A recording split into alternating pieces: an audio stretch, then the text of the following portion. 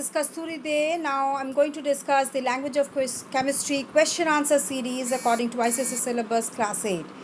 So first we come to fill in the blanks. Okay. A symbol represents one atom of an element. The molecular formula of a compound is the number of atoms of each element in its one molecule.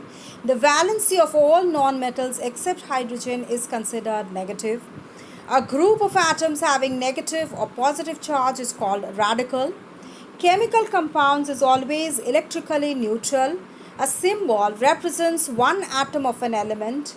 When an element exists as a molecule which consists of two or more atoms, the valency of all non-metals except hydrogen is considered negative. We come to true and false.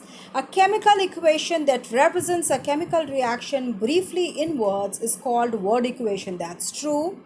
The products are always written on the right hand side in a chemical equation. That's true.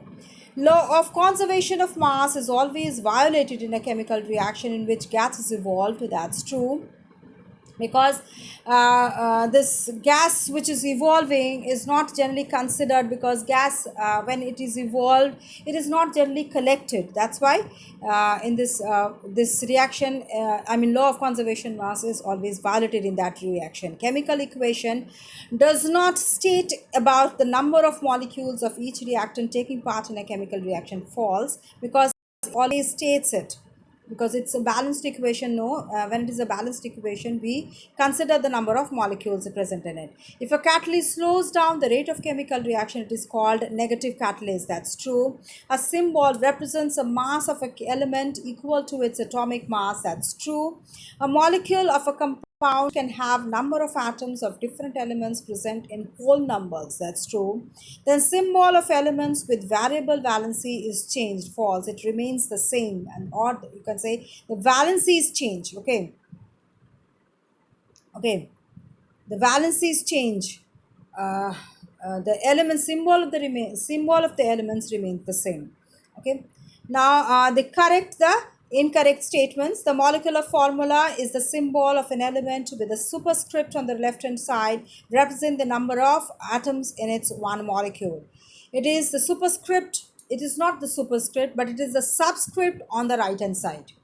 Okay, the molecular formula of magnesium nitride is MgN3. No, Mg3N2, because magnesium has the valency 2 and nitrogen has the valency 3. So crossing their valencies, it is Mg3N2. If the number of atoms of various elements of the reactants is equal to the number of atoms of the various elements of the product, then this equation is called a skeletal equation. It's called a balanced equation. Okay. Chemical formula of aluminium sulfate is Al3SO4 twice. No, it is Al2SO4 whole thrice, because aluminium has a valency 3 and SO4, that is sulfate ion, has sulfate radical has a valency 2, and exchanging their valencies it will be Al2SO3 whole thrice. When magnesium is placed in contact with oxygen, it forms magnesium hydroxide. No, it forms magnesium oxide. The substances which take part in a chemical reaction is or are known as active substances or substances. They are called reactants. When a chemical equation is made concise by using symbols or formula, then it is called balanced equation. No, it is known as skeletal equation. When wood burns in air, then this reaction is violated, the law of conservation of mass. It violates. Okay. Choose the most appropriate answer. Symbol represents the short form of a or an molecule. It's a short form of a molecule of a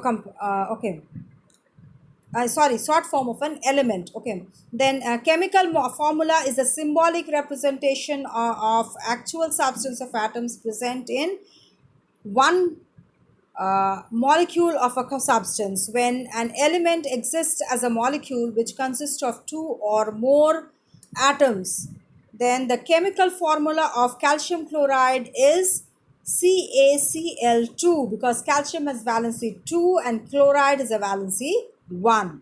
Then the substance which does not take part in a chemical reaction but change the rate of a chemical reaction is called catalyst.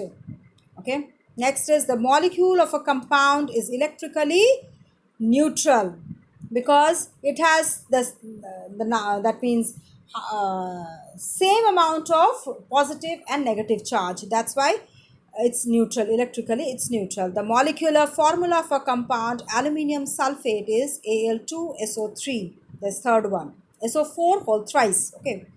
A statement that describes a chemical reaction in terms of symbols and formula is known as a chemical equation.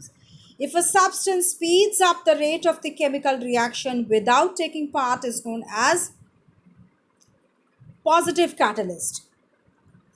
Okay, the radical formula of a carbonate is CO3 whole CO3 whole CO I mean CO3 I'm sorry, CO3 whole twice minus, that is a radical formula of a carbonate, that is the D1.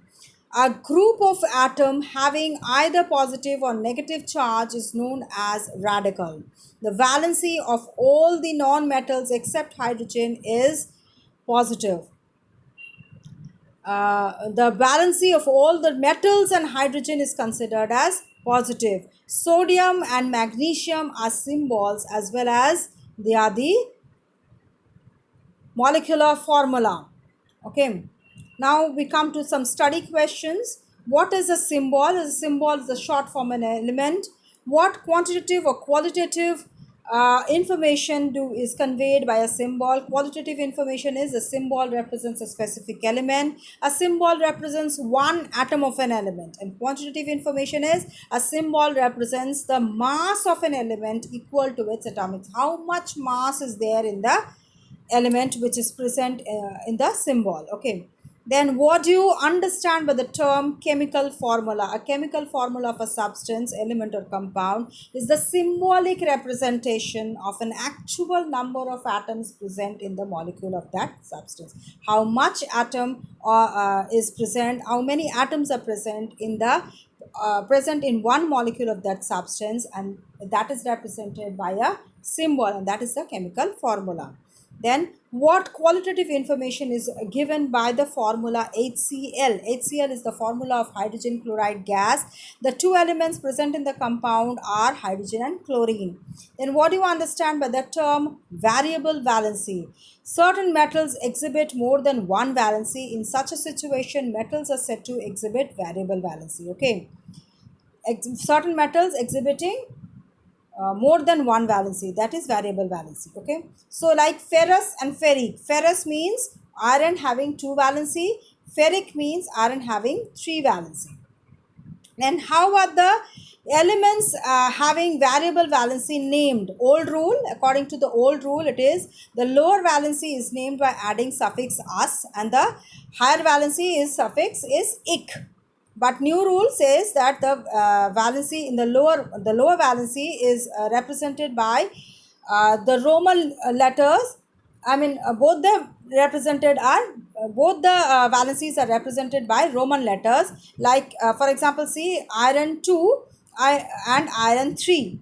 Okay, lower valency is represented by 2, that is Roman numerals 2, and then higher valency is represented by Roman numerals 3. Okay. Next is what is the chemical formula of the following compounds? Magnesium sulfate MgSO4, aluminium sulfate Al2SO4 whole thrice, aluminium phosphate AlPO4. Okay, because both of them having three valencies. Then potassium chlorate KClO3, potassium nitrate KNO3.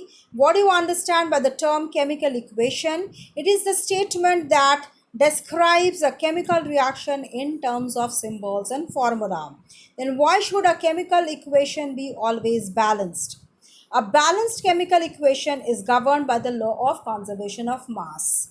Okay, according to this law, mass can neither be created nor destroyed. So to obey this law, total mass of the elements of or the molecules present on the reactant side should be equal to the total mass of the elements or molecules on the present on the product side.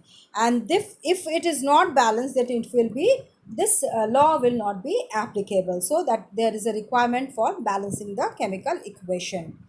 Now balance the following equations. KNO3 gives us KNO2 plus O2. So reactant side K is equal to 1, N is equal to 1, O is equal to 3. Product side K is equal to 1, N is equal to 1, O is equal to 4. So product side, the oxygen atom is one more.